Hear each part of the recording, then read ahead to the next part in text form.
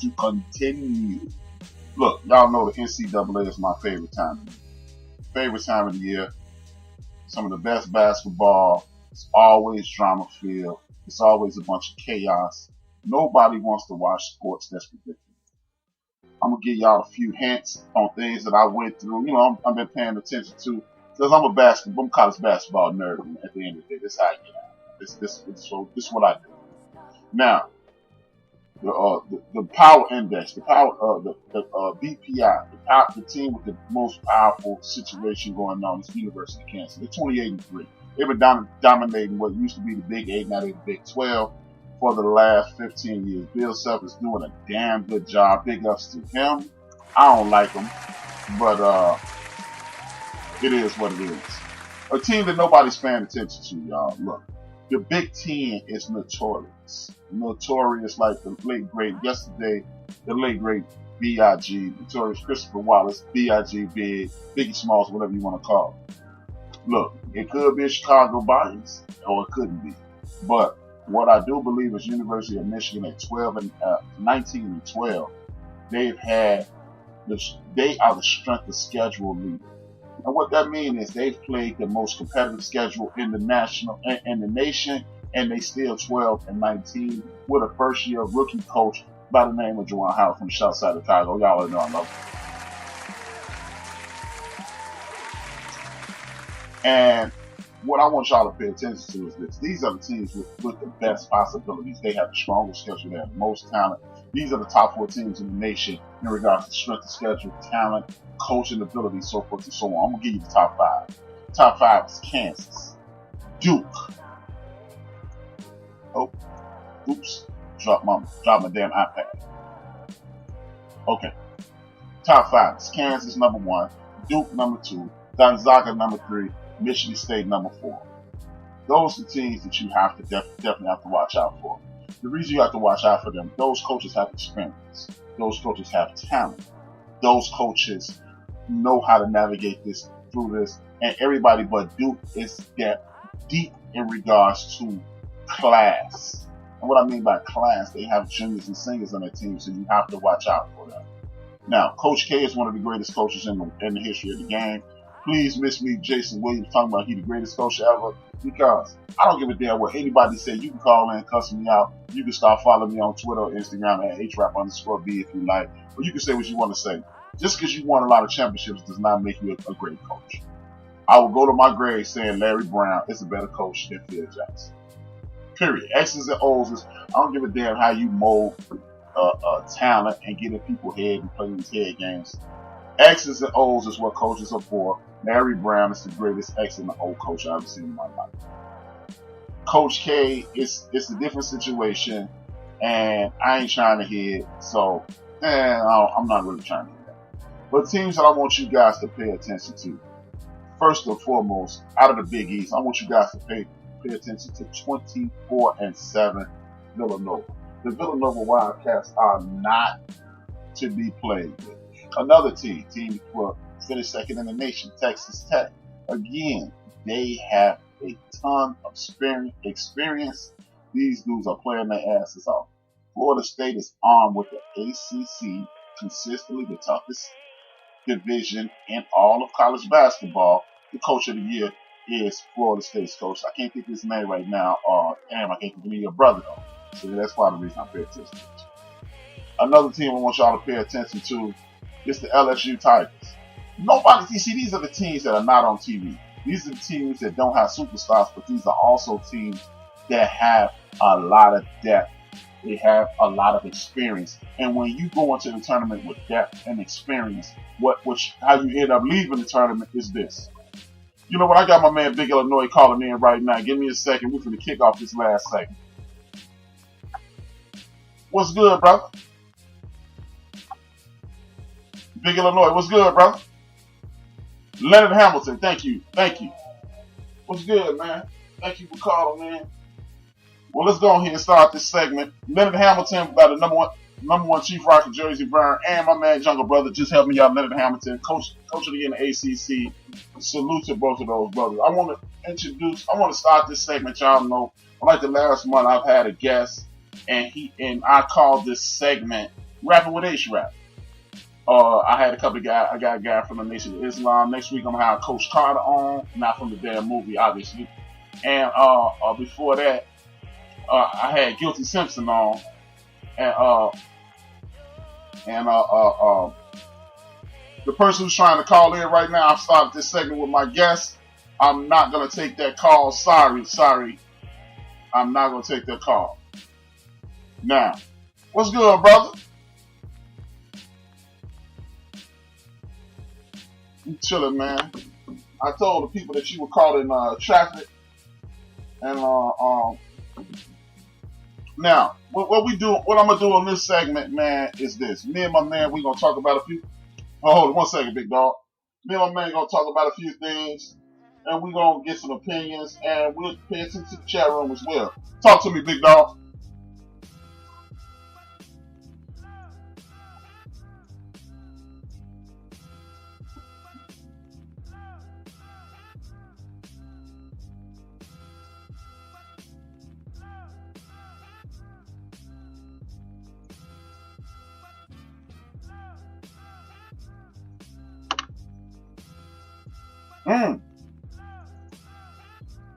That's interesting.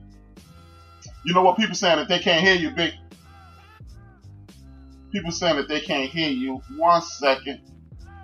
I can hear you. Oh, I know. I figured out why they can't hear you. Your mic was muted. That's why they couldn't hear you. Hey man, that'll do it, man. That'll do it. But yeah, what I was saying was, man, this coronavirus, these people must know something that we don't know, because they gave us the option today, or they testing out the option of us actually working from home at the establishment, man. Damn. So in case they have to shut the spot down, we'll still be able to service their clients pretty much. Like, that'd be right up my alley, because I be playing my video game while I'm talking on the phone. Put it on mute and get your day going. Hey man, so what are your thoughts on this virus so far? I mean, well, it's still. Hold on, my Zach. I'm sorry, man. Well, they still saying that the flu is been killed more people pretty much since that came into focus back in December. But I mean, if it's a host or whatever's going on, the president need to let the health officials sort that out, because he the last person that they need to be up there talking about what to do in a health crisis. Because he sound like a jackass. I know it's some Trump supporters, and to each his own. I mean, I'm not really into that political game, because all of them cats, in my opinion. But what? The thing about it is, I don't know we don't know what's going on with it, because they're telling us that as long as you're not in contact with this person, but in Illinois alone, it's like they having like 5 or 6 cases each day. Like, what's going on? Well, I don't know, man. Like earlier, number one Chief Rock Judge Burns said he thinks it's man-made. What are your thoughts on that? Man, I mean, it could be. I mean, most of that shit is man-made, because you'll probably find out in a couple of days that the U.S. got a patent on it. Yeah. Like they did with SARS. So, yeah, there's a lot of stuff.